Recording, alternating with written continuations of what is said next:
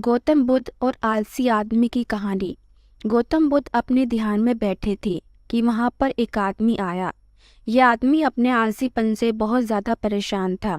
आलसी आदमी गौतम बुद्ध से बोला, महात्मा जी मेरी मदद कीजिए, मैं अपने आलस्य से बहुत परेशान हूँ। आप ही कोई उपाय बताइए जिससे मैं आलसीपन से छुटकारा पा सकूं।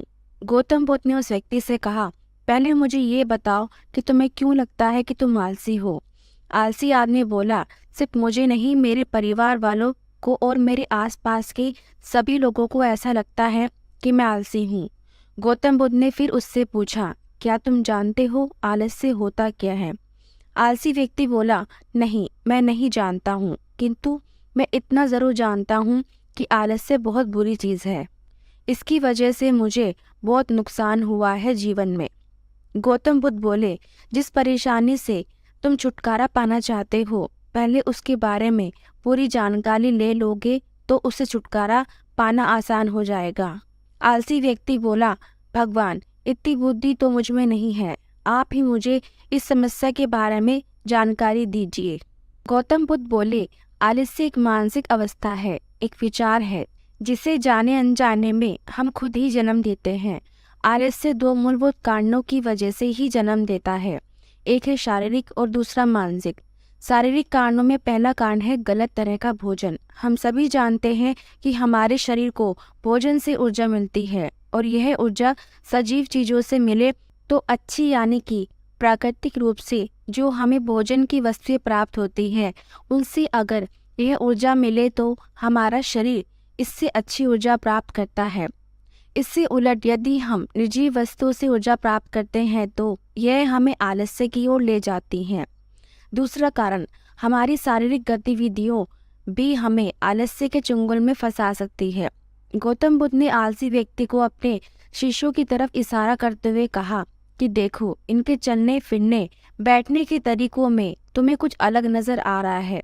जब आलसी व्यक्ति कुछ समझ नहीं पाया तब गौतम बुद्ध ने उससे कहा, मेरी शिष्य जब भी बैठते हैं तो वे रीढ़ की हड्डी को एकदम सीधा रखते हुए बैठते हैं।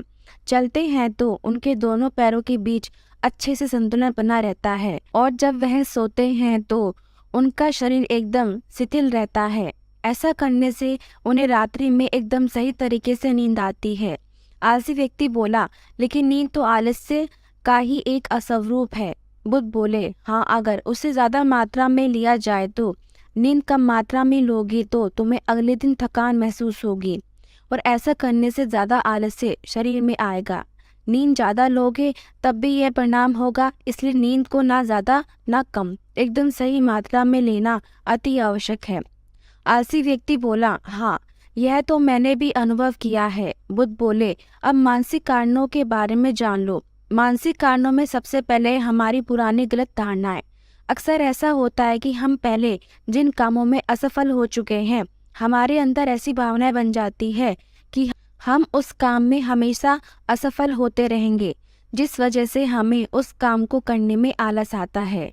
ऐसी धारणाओं से छुटकारा पाने का एकमात्र उपाय यह है कि हमें अपने मन को यह समझाना चाहिए कि पिछली बार हम जब उस काम में असफल हुए थे तो हम उसके बारे में जितना जानते थे, अब हम उस काम को बारे में उससे ज़्यादा जानते हैं, क्योंकि असफल होने के बाद हम उसे काफ़ी कुछ सीखे भी हैं।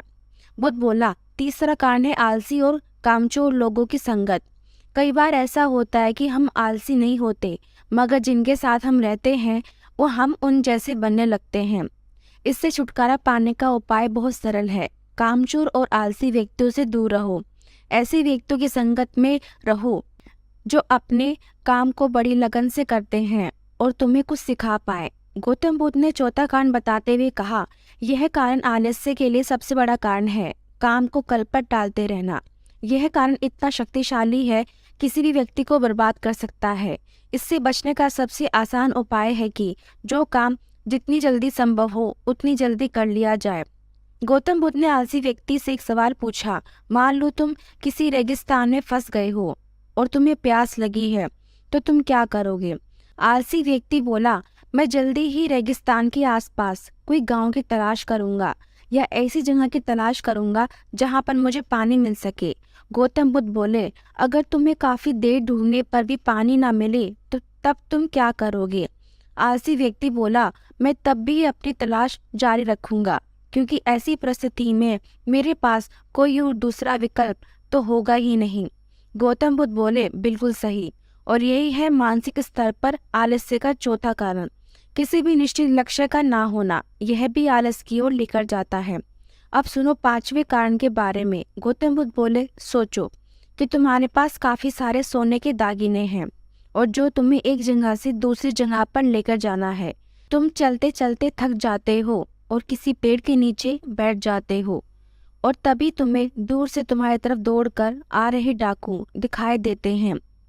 तो क्या तब भी तुम आलस करके वहीं बैठे रहोगे या ऐसी परिस्थिति में तुम वहां से उठकर दौड़ने लगोगे? आलसी व्यक्ति बोला, जी मुझे वहां से दौड़ना ही पड़ेगा, नहीं तो मेरी जान और सोने के दागिने दोनों खतरे में पड़ जाएंगे।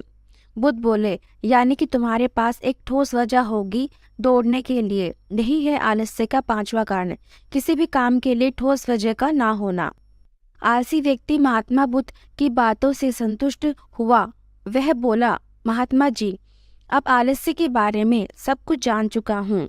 अब मैं इन सभी कारणों पर काम करूँगा और अपने आलस्य को दूर भगा दूंगा।